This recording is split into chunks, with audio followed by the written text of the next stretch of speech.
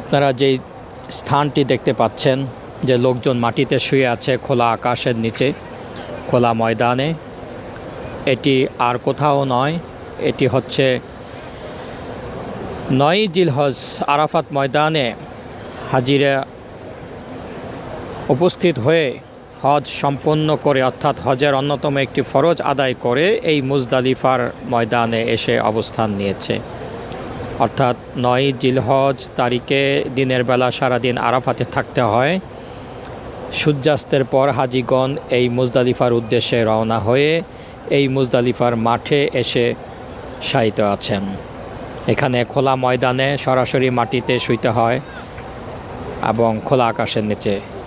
এখানে মাটিতে বলতে এখানে সৌদি সরকারের পক্ষ থেকে তাবুত, মিনার তাবুতে বা আরাফাতে যেভাবে তাবুতে ছিল হাজি সাহেবগণ, সেভাবে এখানে থাকেন না। এখানে